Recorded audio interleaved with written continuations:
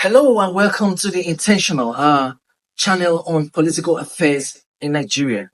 My name is Ben Asheru Igberi, your presenter, and I'm here today once again to talk about some of the goings on or the shenanigans in the oil industry that have gotten us where we are today. Now, today I'm going to talk about another aspect of the oil industry, and that is the Dangote Refinery conundrum. Now, I like to focus on the Dangote Refinery in Broglio because of its importance in the Nigerian oil sector. Now, I'll take you from a biographical point of view. Having failed to secure the purchase of the government-owned refineries by Umaru Musa Yar'Adua's inexplicable decision to reverse the sale of the refineries, Aliko Dangote proceeded to build a refinery from scratch. This was thought to be a very wonderful step that could help ameliorate the suffering of Nigerians. 15 years later, the project was ready for takeoff.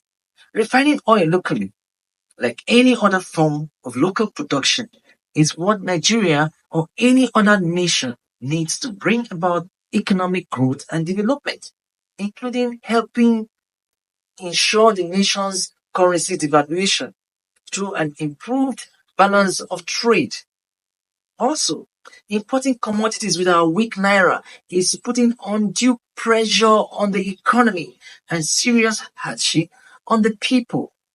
One would have thought, as I'm sure Aliko Dangote did, that having a refinery that produces oil within Nigeria locally will be applauded by all and sundry, but not in Nigeria. You will also think that the Nigerian authorities will take advantage of this gigantic investment to ameliorate the sufferings of Nigerians. But then again, not in Nigeria. As soon as the Dangote refinery was completed, the real challenges began for the investor and his investment.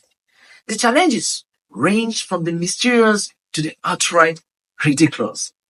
The IOCs refused to sell crude to the refinery or were willing to sell at $6 above global prices. The oil dealers were charging $4 agency fees. There was a fire incident in the refinery and accusations of monopoly or accusations of too much sulfur content in Dangote diesel products, which was ultimately debunked through tests. But especially that Dangote wanted to stop oil imports with his refinery. I don't think you heard that final one well. How ridiculous. How incredulous. How absurd. Isn't no more importation what this is all about? Isn't that what everyone wants? Are we not all for no more importation? As ludicrous as it may sound, this is the reason for all of the problems facing the Dangote refinery. Stopping of importation. The people who have been benefiting from the absurdity of exporting our crude resources and re-importing them as refined products are sworn to never allow anything that will end their extortion. Its benefit to the nation irrespective. Indeed, that was the very reason that created the circumstances that initiated the importation phenomenon to begin with. How unthinkable. The fact that Nigerians are going through dire hard times that worsen daily is of no concern to these people. All they care about is their free money. This and this alone is the reason why buying fuel for 1,000 naira per liter today, with another increase imminent. And Aliko Dangote and his refinery threaten this status quo. And this is why he's having all the challenges he's been having. No more. But thank God today, mental acuity of this businessman, Nigeria is beginning to have some relief.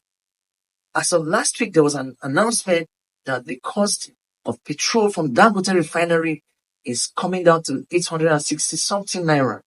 That's progress. That's what liberalization brings. That's what privatization brings. So, holding on to these refineries has kept us in poverty for so long. And continuing to hold on to these refineries like Yaradua did, and like all the other presidents after him have done, is destroying this nation. What Dangote and his refinery have proved is that just like the GSM phenomenon, if we can privatize the oil sector and have private refineries, the price of petrol through competition will come down. You'll be surprised I will be buying fuel for as little as 200-300 naira per liter, as it should be. The high cost of petroleum products in Nigeria is a result of government holding on to the refineries. The problem, I believe, was began by Umaru Musa Yar'Adua when he refused or reversed the sale of these refineries to Aliko Dangote and his partner Femi Otedola some 16, 17 years ago. If we had left that sale today, oil prices would have been low. We'll be talking about 100 to 200 naira max for a liter of fuel. So, Nigerians, we need to know where our problems are coming from. Political decisions impact everything, and especially in Nigeria, negatively. That's why I keep telling you that we need to be interested in what is happening in this nation. We need to keep ourselves abreast of happenings so that we can take decisions.